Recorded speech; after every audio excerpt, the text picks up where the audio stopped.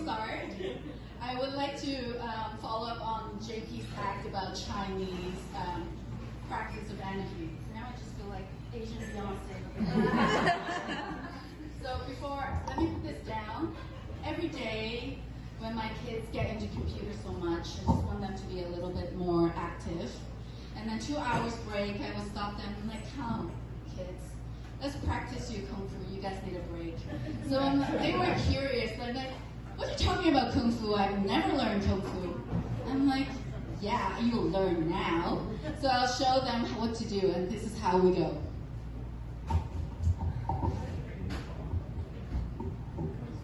So first you get onto a horse's stand, like this. Ready, set, and go. Do it 3 times. You guys have to Google this, because it's a real thing. Chinese has the funniest Kung Fu ever. I know this because I'm Chinese. And it's not making fun of my culture, but it is. So now that you know that I'm Chinese, I'm born as youngest to Chinese parents on the islands of Fiji. So as the youngest, you will know that you have the last of everything. You have the worst, you have the leftovers, the hand-me-downs, and most of all, the worst name of all. Yeah. My sister has a Chinese name, and it means the garden of fireflies. And that's so beautiful and poetic. And my brother's name was the dawn of the universe. Like how grand. So my dad continued his artsy-fartsy journey of naming me the Garden of Snow. Problem is, my last name is Wong and it means yellow. My parents hate me. And then growing up in Fiji, everything is slower. Like we are 20 years behind. We still don't have high-speed internet. Everything is still DSL. Is it DSL? I don't even remember. Like where you have to, yes, thank you. It's almost dial-up, but it's not quite. It's one step beyond dial-up, so give us a break. So now, as we just heard that we are on the 4th wave of COVID, Fiji is still on the 2nd. I'm like, they're not catching up with us. They're still on the 2nd wave. I'm like, okay. Maybe there's some benefit, but they will have to ride through the 3rd and 4th, and I'm not going back. And on the islands, what we treasure most is our footwear. I wear this. You wearing like but then yours are like really bedazzled. We will just wear the cheapest flip-flops, and there are reasons why. But then if there's like a women's status card, based on what kind of shoes we have or how many pairs, my women's status would be revoked. Because I've been wearing this all summer. Like any fashionistas would kick me out of the club. But that's not the only thing. Like, there's a secret.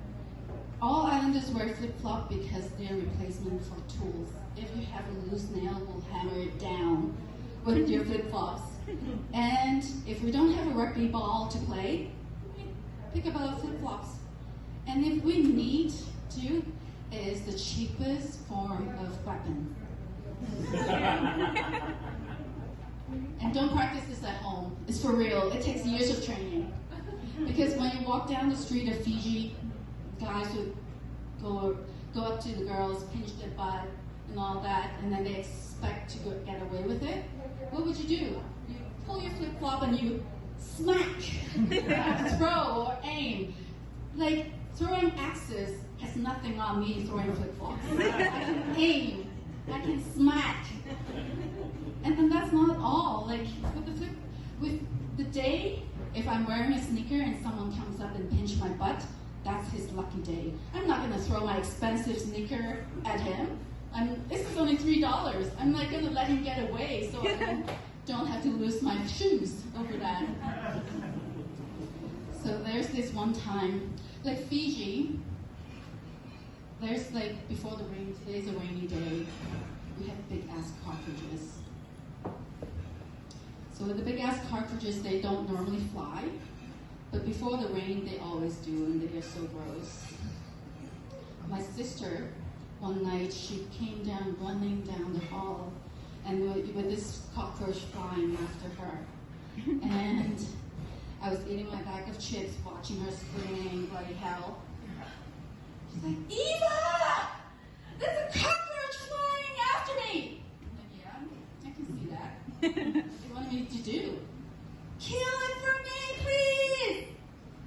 I'm like, okay. So I went. She's like, what you gonna do? Aren't you not gonna clean it? I'm like, no. A murderer doesn't clean the crime scene. And she's like, I'm just a volunteer. She's like, please clean it, it's gross. I'm like, well, a professional who gets paid will clean and do the job and clean it up. So I was like, so what are you gonna pay me? And she's opened her drawer, pulled out a bar of chocolate, and was like, there. Like, no wonder your room is full of cockroaches. I'm gonna tell her that I hate raisins. I'm like, I hate raisins. Next time you have to up your game with chocolate bars. Thank you, everyone. I'm Eva.